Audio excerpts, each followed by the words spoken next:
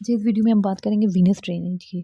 Thyroid gland जो होता है, अब वीनस ड्रेनेज की जब आर्टरीज़ की हमने बात की तो सुपीरियर, इंफीरियर एंड थायराइड इम आर्टरी थी। वीनस ड्रेनेज में आपने याद रखना है कि सुपीरियर और मिडल थायराइड वेन्स हैं, जो कि ड्रेन होती हैं इंटरनल जुगुलर वेन में, ठीक है? बट जो एक सुपीरियर, मिडल और इंफीरियर थायराइड वेन्स होती हैं, ठीक है? जो कि हमारी सुपीरियर थायराइड वेन और मिडल थायराइड वेन है, और मिडल थायराइड वेन है ये, और ये और ये किधर ड्रेन होती है? इनटू इंटरनल जुगुलर वेन में। दोनों अलग अलग साइड पे अपने अपने इंटरनल जुगुलर वेन में ड्रेन होती हैं। लेकिन जो इंफीरियर थायराइड वेन है हमारी, ये वाली इंफीरियर थायराइड वेन है, वो ब्रेकियोसेफेलिक वेन में, ठीक है? जो थायराइड वेन है, of the two side anastomose with one another, ये जो दोनों हैं, जो हमारी इंफीरियर थायराइड वेन है, ये दोनों एनास्टोमोस करते हैं और with one another and drain into brachiocephalic when, ठीक है? जो इंफीरियर थायराइड वेन है वो ब्रेकियोसेफेलिक वेन में ड्रेन होंगी, जो सुपीरियर और मिडल है वो इंटरनल जुगुलर वेन में। ये आप आगे जब इनकी ब्रांचेस पढ़ेंगे तो आपको पता चलेगा कि ब्रेकियोसेफेलिक वेन कैसे बनता है। एक तो इंटरनल जुगुलर वेन, और दूसरा एक इंटरनल जुगुलर वेन और दूसरा subclavian vein. Internal jugular vein और ये सबक्लेवियन वेन मिल के आपकी ब्रेकियोसेफेलिक वेन बनाती हैं, ठीक है? ये subclavian and internal jugular vein मिलकर सबक्लेवियन वेन बनाती हैं। सॉरी, इंटरनल जुगुलर वेन और सबक्लेवियन मिलकर ब्रेकियोसेफेलिक वेन बनाती हैं। तो जो इंटरनल जुगुलर है उसमें हमारी जो सुपीरियर और जो मिडल है वो इधर इंटरनल जुगुलर में ड्रेन हो जाएंगी, और जो इंफीरियर है वो हमारी ब्रेकियोसेफेलिक में ड्रेन होगा। ये होगी हमारी वीनस ड्रेनेज। अब लिम्फेटिक ड्रेनेज की भी लगे तो बात कर लेते हैं। तो थायराइड ग्लैंड जो होता है वो डीप सर्वाइकल लिम्फ नोड्स में ड्रेन होता है। ये एमसीक्यूज में आ सकता है, सो इम्पॉर्टेंट है। जो मैंने वीनस ड्रेनेज के बारे में आपको जो पॉइंट बताए हैं वो भी इम्पोर्टेंट है। अब आप इम्पोर्टेंट नर्व्स के इन रिलेशन टू थायराइड की बात करें तो क्या है, नर्व्स एक तो रिकर्नल लेरेंजियल नर्व होती है और दूसरी एक्सटर्नल लेरेंजियल नर्व। तो ये दोनों अगर आप देखें तो ये ब्रांच ऑफ एट आखिर में जाके ये सब किसकी ब्रांचेज हैं? वेगस नर्व की, 10th नर्व की। अब जो रिकरेंट लेरेंजियल नर्व है वो हम उसके बारे में पहले बात करें तो वो वेगस नर्व की ब्रांच है। और ट्रेक्योओसिफिजियल ग्रूव, आपको पता है कि ट्रेकिया है और ये हमारा ट्रेकिया है और इसके पीछे आपका ओसिफिगस होगा। ये मतलब ये ट्रेकिया है और इसके पीछे ओसिफिगस है। तो इसके दरमियान में आपकी ट्रेकियो और ओसिफिगस के दरमियान में हमारी रन करती है रिकरेंट लेरिंजियल नर्व। और जो रिकरेंट लेरिंजियल नर्व सप्लाई करती है लैरिंग्स को एक्सेप्ट क्रिकोथायराइड के अलावा जितने भी लैरिंग्स के मसल हैं उसको रिकरेंट लेरिंजियल नर्व सप्लाई करती है। ये इंपॉर्टेंट बात है, याद रखनी है। और दूसरा ये है कि it is a major nerve supply of the vocal cords की इम्पोर्टेंट नर्व सप्लाई है, ठीक है? बिलो द वोकल कॉर्ड जो होगी वो ज़्यादातर जो मसल्स हैं वो रिकरेंट लेरिंजियल। अगर आप, मैं इजीली कहती हूँ, ये बता दूँ कि लेरिंग से जो जितने मसल होते हैं क्रिकोथायराइड को छोड़कर उस सबको रिकरेंट लेरिंजियल नर्व सप्लाई करती है।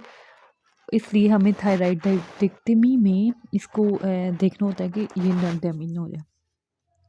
अच्छा, अब एक्सटर्नल लेरेंजियल नर्व जो है वो किसकी? वेगस नर्व की ब्रांच है। लेकिन एक्सटर्नल एक देखें, वेगस नर्व है उससे निकलती है सुपीरियर लेरेंजियल नर्व, और सुपीरियर लेरेंजियल नर्व से निकलती है एक्सटर्नल लेरेंजियल नर्व।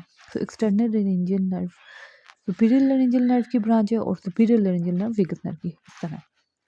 अच्छा जी, it runs close to the superior thyroid vessels की जो क्लोज होती है वो एक्सटर्नल लेरिंजियल नर्व होती है। और हमने पढ़ा ना कि क्रिकोथायराइड के अलावा ऑल लैरिंग्स के मसल को रिकरेंट लेरिंजियल नर्व सप्लाई करती है।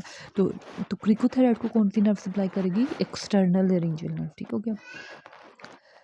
और इसके अलावा ये कि क्रिकोथायराइड आपको ऐसी इंफॉर्मेशन की बताइए, adductor of the vocal chords है। अच्छा जी, अब एक और टॉपिक है छोटा सा, इन्होंने दिया हुआ है थायराइड ग्लैंड में। वो हिस्टोलॉजिकली आप देखें तो जो थायराइड ग्लैंड है फॉलिकल्स से मिलकर बना होता है, फॉलिकल्स से मिलकर बना होता है और जिसके अंदर कोलाइड होता है। कोलाइड मतलब फ्लूइड नुमा चीज़ें, ठीक है?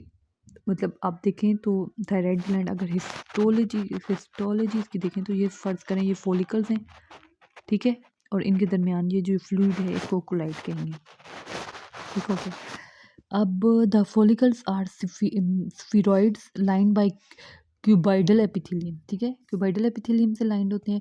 तो इसके अलावा द पैराफोलिकुलर सेल और सी सेल्स में बी सीन बिटवीन फॉलिकल्स, और इन फॉलिकुलर सेल्स के दरमियान आपको सी सेल्स भी, पैराफोलिकुलर सेल्स भी नजर आएंगे। हमें पता है कि थायराइड ग्लैंड का रिच ब्लड सप्लाई है।